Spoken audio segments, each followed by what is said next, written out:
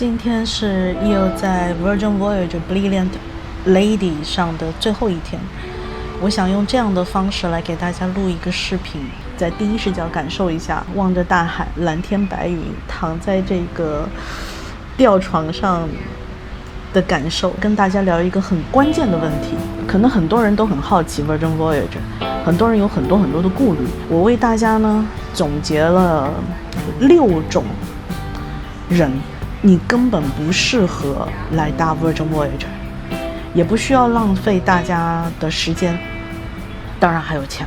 在今天的内容开始之前，EO想花不到1分钟的时间介绍一下EO的私人邮轮旅行顾问的服务。如果对于行程和邮轮的选择、价格了、季节了、风险呢，还有哪一些特殊的注意事项还是一头雾水的话，不妨考虑一下与EO预约一次1对1的咨询时间。我将根据您的需求和您家人的情况，提供个性化的邮轮旅行建议，让你的旅程更加顺利和愉快之余，不花冤枉钱，不浪费冤枉时间。EO没有任何的邮轮船票销售压力，所以曾经看破不说破的那些重要信息都将倾囊相授。写 email 给我就是那么的简单，聘请EO成为你的私人邮轮旅行顾问，你的旅行路上不迷路。网上的评价主要是以西方人的视角为主，也是褒贬不一。如果是从东方人的视角来分析，我觉得EO这一次的体验应该会比较客观，因为我跟他真的是沉浸式的相处了超过2个星期的时间。EO为大家总结了6种根本不适合上 Virgin Voyager 邮轮旅行的人，那你看看你是不是6种的其中之一。好，第一种呢，当然了，你未满18岁，邮轮出发的那一天你还没有过18岁生日，你就是不被允许订邮轮的。稍微对 Virgin Voyager 有那么一丢丢的了解的人都是知道的，但是在这边呢，给大家一个补充，在这一条船上又遇到了不少中年妈妈、中年爸爸，带着自己刚刚成年、刚满18岁的年轻的儿子女儿上船，这是个非常有趣的一个现象，好像是一个成年礼物送给自己刚刚成年的小孩。在邮轮上，成年人能干的事情最直观的就是能不能喝酒。虽然18岁在北美洲法律上还是不允许喝酒的，但是在 Virgin Voyager 的船上，只要离陆地12还是18哈，反正10几英里以上，你在海上的时候就可以被允许喝酒精饮料。那这些爸爸妈妈们是不是觉得这个是 safe 的呢？酒精这件事情，你并还没有学会克制，还没有学会去享受的话，那我觉得可能你要暂缓Virgin Voyager 的这个邮轮旅行。第二项就是如果你完全不会讲英文，因为这一趟的邮轮呢，99%都是英文为母语的乘客。那当然了，现在这个 AI 时代，对吧？你说语言是一个很大的障碍，我觉得已经成为过去了。如果你对英文一窍不通，但又完全不懂，也不愿意去接触一些现在翻译 APP 啊、AI 的翻译功能啊的辅助，你也根本不愿意去接受、不愿意去使用的话，我觉得 Virgin Voyager 就算了吧。在语言方面极度有障碍，也没有会讲英文的伙伴，或者是懂一点英文的伙伴一起上邮轮的话，我觉得可能你需要把这个功课补一下。我说的不是学语言，而是说你要学会如何用工具来驾驭语言，用工具来辅助你的语言。运用得当之前，我觉得 Virgin Voyage 对你来讲也是需要暂缓考虑的。好，再下边一个，因为在EO的职业生涯中遇到了太多习惯于赶鸭子旅行方式的游客。那很多的邮轮公司现在主流的5星级的邮轮公司也都是习惯于去服务那些习惯被赶鸭子的乘客。这些乘客几乎不需要用任何自己的努力去 catch 那些 information 都是邮轮公司会把那些你需要知道的信息怼到你眼前，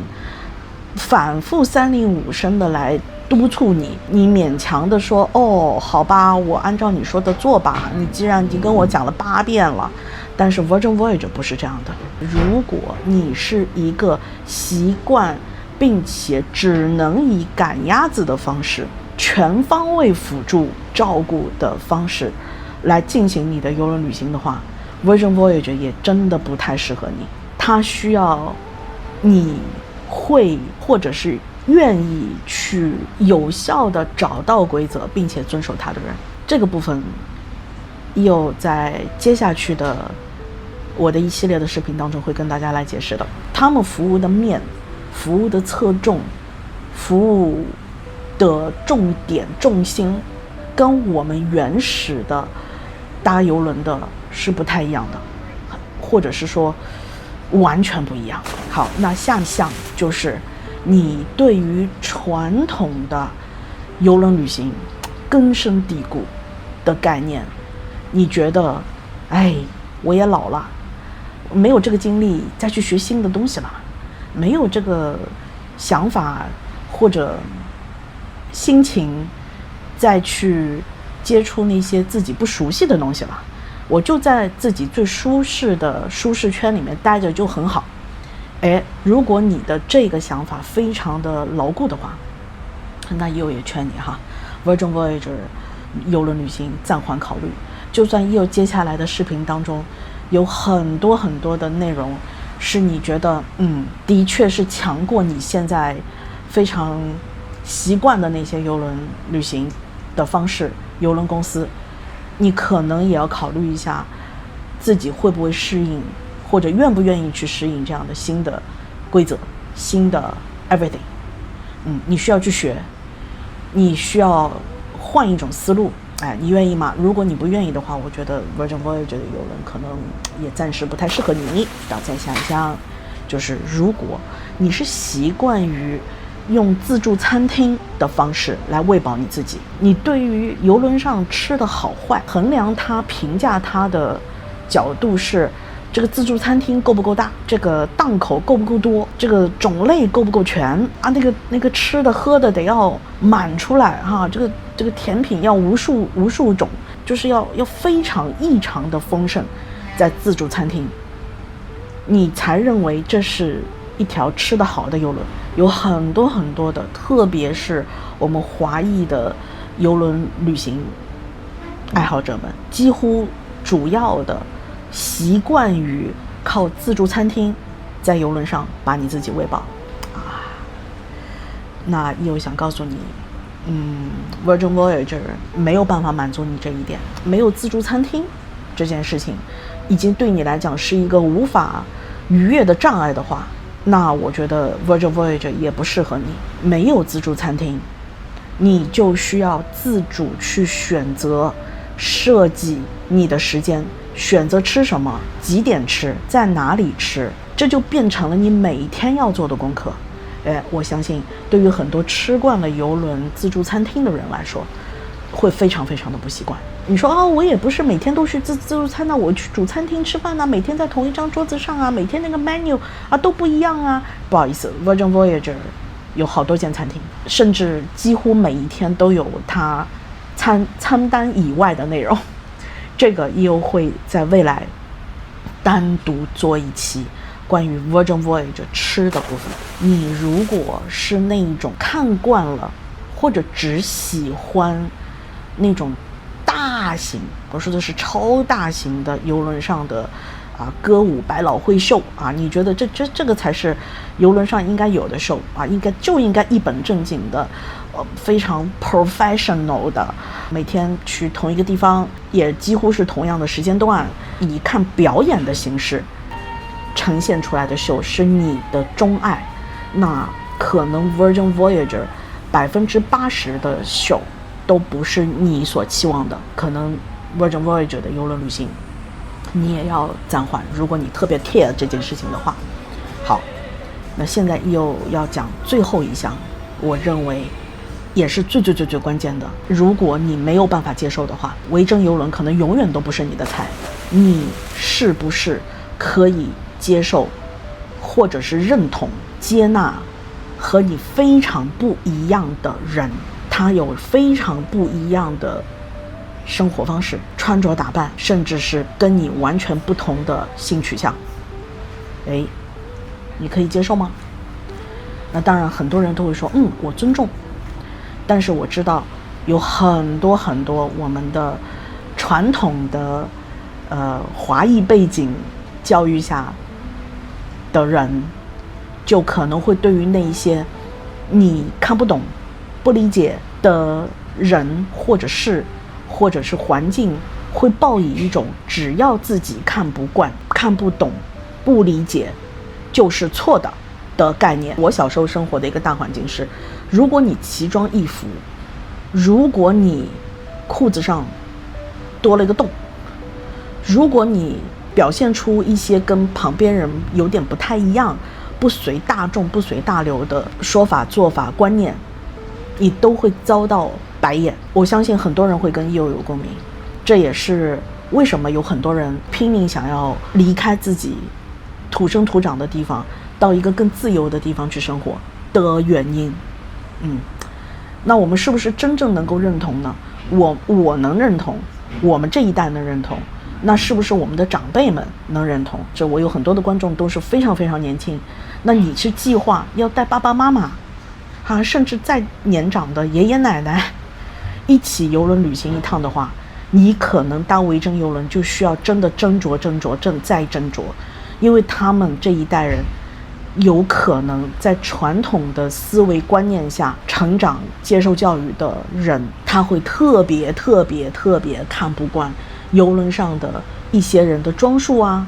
一些人的喜好啊。好吧，这差不多是这样的一个意思哈。EO未来会讲得更仔细一些，我拍了很多视频和照片，然后这一次EO的视频，不会去遮盖任何在我视频里出现的人的脸，包括工作人员，包括一起玩乐的同船的乘客。Virgin Voyage 给你提供的这个大气氛，大家都不 care 别人怎么看自己，当然不会 care 我们互相都出现在对方的手机视频中，也没有人 care 你是不是会在看show的时候把show的内容录下来，甚至还有show会非常有趣的给你发布一个看似官方的一个规则，是你一定要把我拍下来，你一定要在现场发出噪音，大吼、大叫、大笑，我们规定你这样做。居然有show是有这样的有趣的规定。OK， 是不是跟你的知道的传统中有特别大的不一样？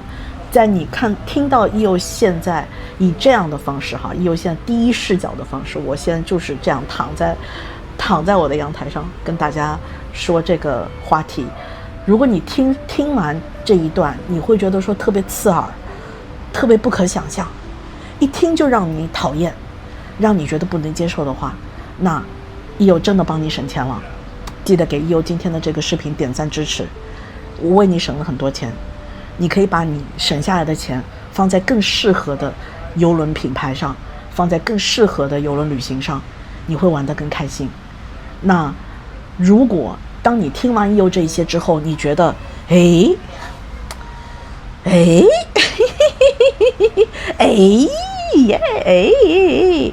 OK， 请留意EO接下来的视频，我会帮大家把 Virgin Voyage 这家邮轮公司掰开揉碎，来跟大家仔细的分享我这17天16晚的 Virgin Voyage 的邮轮经历。我不想太主观，我希望很客观的来分析很多的内容，但是我必须要讲说，这一家邮轮公司维珍邮轮 Virgin Voyager 已经成功的赢得了EO的芳心。所以接下来我回加拿大将在第一个周末吧，接下去的这个周末老时间星期五的老时间来给大家做一场直播的主题就是 Virgin Voyager 是如何赢得益友的芳心的。OK， 好，那今天就先到这里啦，直播见哦，拜拜。